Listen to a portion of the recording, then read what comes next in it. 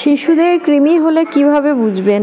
শিশুদের কৃমি হলে ওজন কমে যাওয়া, পেটে ব্যথা, ক্ষুধা কমে যাওয়া, পেটে গ্যাস হওয়া, মলদ্বারে চুলকুনি, তারপর বমি বমি ভাব, খিটখিটে আচরণ এবং ঘুমের ব্যাঘাত হওয়ার মতো লক্ষণ দেখা দিতে পারে।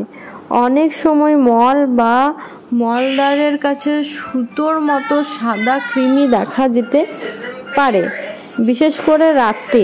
তাই আপনাদের একটা কথা বলি, যারা পটির দ্বারা থেকে বুঝতে পারছেন না বা দেখতে চাইছেন না, তারা কিন্তু আপনার বাচ্চা শুয়ে যাওয়ার পরে রাত্রেবেলা আপনারা একটু মলদ্বারের ওখানে দুই হাত দিয়ে একটু ফাঁক করে দেখবেন পেছন দিকে, যদি থাকে রাত্রের দিকে দেখবেন, যদি ওর কৃমি থাকে তাহলে কিন্তু পটির রাস্তায় সেটা কিন্তু থাকবে। তাই রাত্রের দিকে একটু পটির রাস্তাটা চেক করে দেখবেন, দুই হাত দিয়ে একটু ফাঁক করে দেখবেন পটির রাস্তাতে একদম সাদা সাদা সরু সুতোর মতো ছোট্ট ছোট্ট থাকবে।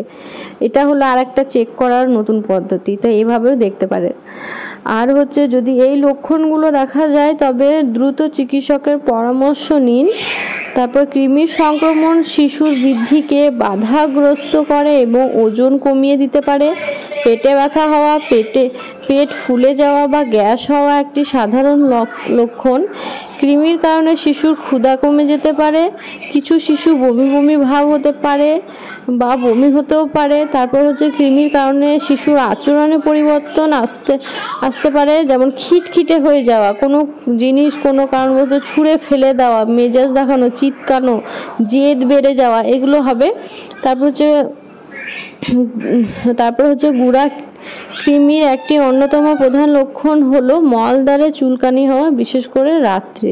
মলদ্বারে চুলকানির কারণে শিশুর ঘুমে ব্যাঘাত ঘটতে পারে। আবার কিছু কিছু শিশু যখন কৃমি থাকে, সেই শিশুগুলো রাত্রেবেলায় কিন্তু প্রায় দিন উঠে উঠে বসে যাবে, অর্ধেক রাতে উঠে কান্না করবে, এগুলো কিন্তু লক্ষণ।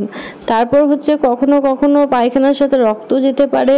যদি আপনার শিশুর মধ্যে এই লক্ষণগুলো দেখা যায় তবে দ্রুত একজন ডাক্তারের সঙ্গে যোগাযোগ করুন। কৃমি শনাক্তকরণ এবং সঠিক চিকিৎসার জন্য ডাক্তারের পরামর্শ নেওয়া জরুরি।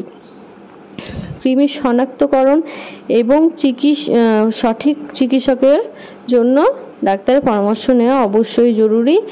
আর আমার চ্যানেলে বাচ্চাদের বিভিন্ন ধরনের ভিডিও দেওয়া থাকে।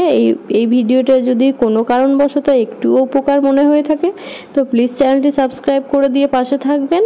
আর আপনার বাড়িতে যদি ছোট বাচ্চা থেকে থাকে তো চ্যানেলটি সাবস্ক্রাইব করলে আপনারই উপকার হবে, কারণ আমার চ্যানেলে বাচ্চাদের সব ধরনের ভিডিও আপলোড হয়।